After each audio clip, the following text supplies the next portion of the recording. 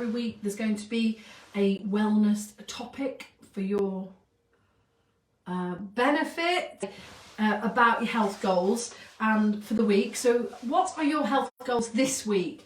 Every Monday now I am going to be prompting you. If you are wanting to get fitter and healthier, it's not just about the exercise, it's very much about your healthy habits. It's very much about food that you put in your mouth, the drink you put in your mouth.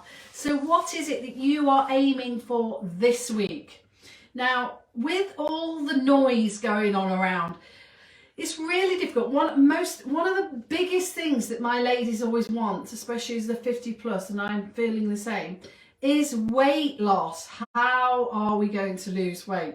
And there's just so much information out there, isn't there? There's what do you do? Do you do calorie counting? Do you do high protein, low carb, fat free? You know, there's so much to choose from. I'm looking over here because I've written a blog about this and I want to make sure that I've got all the tips for you. So feel your pain, I really do. It's confusing. Where are you going to start? Are you going to fast? Are you going to do, what are we going to do to start? So within my extensive 27 years of experience with helping ladies to lose weight, one of the biggest things I find, we will need to start where you are, okay? And one of the biggest things we find is a good starting point is to look at what you're snacking on. Now, pop it in the comments if you are a snacker, right? Put a little wave or something so that I can see, are you a snacker? If you're on the replay, you can also play along, put replay, hashtag replay, and then put whether you are or not. Or maybe you're not a snacker. Let me know. It'd be interesting to know if you are or you're not. And snacking is really important because snacking is something that can gain calories in your day. At the end of the day, it does come down to the amount of food that you're eating if you do want to lose weight and the amount of movement that you're doing. So this is quite crucial because if you're adding in foods that are in between your meals, this is obviously going to make that change, that equation change. So good morning those that are just coming in. We're talking about snacking. Let me know if you're a snacker. So what's the definition of snacking? It's defined of any food eaten between your main meals. Many people snack at least once a day, or maybe more. Let me know. Are you? I want to eat less, drink more and move more. Oh, that's very vague though, Jenny. That's so much as well. That's so much to do in 1 week. So let's really drill that down, Jenny. So you want to eat less of what? What are you going to eat less of?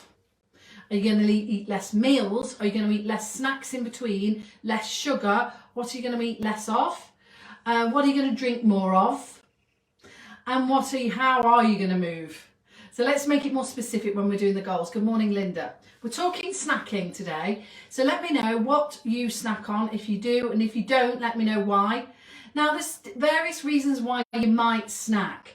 So it could be, number one reason actually I find is boredom. A lot of people over those years, they say, you know, I'm in the house on my own, nobody can see me, so I'm in the snack cupboard eating my snacks. Nobody will know. I'm bored. Is it a sweet tooth that you've got? Is it that you're actually hungry? Is your tummy growling? There's generally some reasons why. Or is it just a habit? Is it just something that you always did? Maybe it's gone through the years the same and you haven't really been mindful of yourself snacking. Sometimes you find it's in your mouth before you've even thought about it.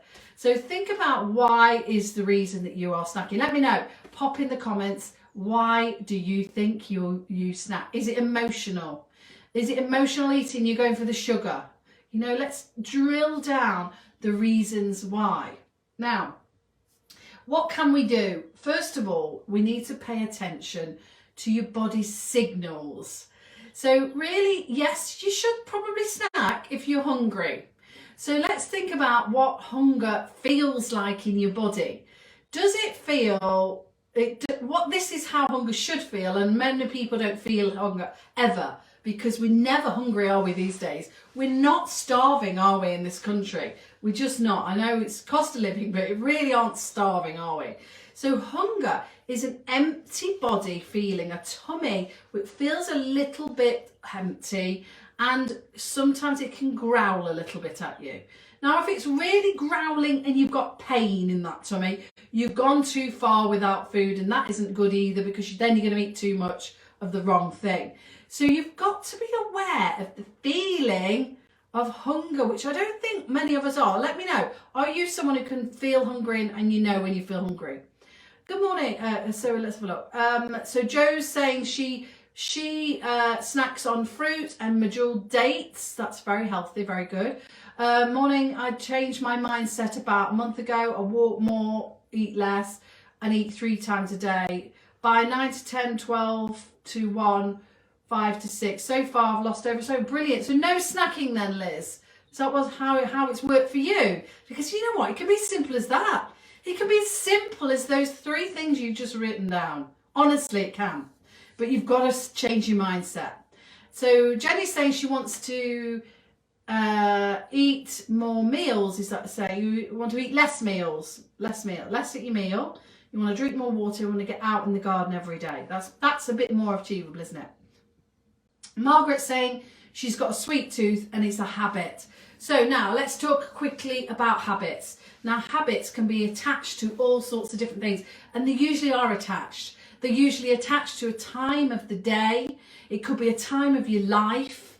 It could be all sorts of things. So let's give an example. So when you were a little girl and you fell down and you hurt your knee, did your mum say, oh, you can have a sweet, here we go, don't cry, have a sweet. And so therefore you attach emotion of feeling sad or crying or upset with food, and particularly sugar.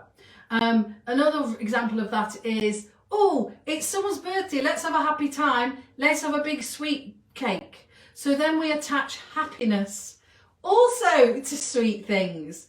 You know, and often it's celebration and food, they go together, don't they? It's a habit attachment. So just be aware of that. I mean, I'm not saying it's never going to happen and you shouldn't do that, but it's really nice and interesting to know that you actually make that connection. That connection is everything. And if you go, yeah, actually, yeah, that's definitely me. And then the next time, mindfully, we can look at that again. Habit also can be attached to the time of the day. So you're somebody that was worked in an office maybe, and you in the morning always had a cup of coffee and a biscuit from the biscuit tin from the staff room. You know, are you somebody who always after a meal has to have a pudding? Because it's a habit, because when we were kids we had puddings and you're used to that feeling of sweetness. So these are just habits that attach to time. There could be another one where it's 4 o'clock, cup of tea time and a biscuit, you know. So just have a think about why is you snacking. Maybe you watch a certain television program and you have to have a bag of crisps with it and some nuts. I know one of my clients does do that. That's why I'm saying it. So here we go, some more, and it's great. I'm loving this, your feedback, I love it. Snack on nuts in the evening, just a few handfuls. Great, Jenny's, that's good. Andrew's saying handful of nuts and occasionally start my lunch a little early as I can't wait. Now that's interesting, Andrea. Now, what I would say straight away to you is what you're having for your breakfast and what time. So in a normal body, I'm not saying your bodies aren't normal, but in a normal, healthy body, and especially, and I know this changes as we get older, I can feel it myself. We can go 4 hours, sometimes 5, without any food at all. Yes, you probably have a drink. You might have a hot drink, you might have cold, definitely have water. But you can go, this is scientifically possible for your physiology to withstand those many hours. And if you are feeling like shaky or like ready for your lunch, I know Liz, my sister, always does, I have to question what you're having for your breakfast and is it filling you up enough? So what time you're having your breakfast. If it's over 4 hours and you're feeling wobbly, then that's a normal feeling. That's your hunger feeling actually coming in. If you're completely wobbly and feeling fatigued, that is actually a pre-diabetic symptom. So you could be somebody that is suffering from blood sugar spikes and plunges more than a healthier body. So just have a think. Andrea, let me know what you have for breakfast. If I don't answer these, I'll answer them at the end of the class. Let me know what you're eating for breakfast, and then how many hours between that and your lunch. Liz is saying, I track myself on the NHS web weight loss. No, I've never really done snacking like Chris, etc. Mine was toast and butter, so if you don't buy bread, I don't eat butter. Okay, that's good. Yeah, perfect. Absolutely. If you don't buy bread, you don't put anything on it. Margaret's saying, we all ate sweeties in our house when I was young. Yes. Number one, son has the same habit. Number two, son doesn't like sweeties. Watching TV is the trigger. There we go. You already know what your triggers are, Margaret. So can you curb them now you know? Andrea, muesli, natural yogurt and blueberries at 8 a.m. What time's your lunch then? 9, 10, 11, 12. So if you're about 12 o'clock, you'll start probably feeling that. And the reason is because muesli, which is a lovely healthy breakfast, I'm loving the sound of it, however, is clearly not enough for you. Now, is there any way that you can get some eggs into your life in the mornings? Or 1 o'clock. So that is a good 5 hours. Yeah, you're going to be hungry. It's not enough also. I don't believe that's enough. So what you could do, there's a few things you can do. If you could maybe change the muesli to porridge. Porridge is far more sustainable for your blood sugars.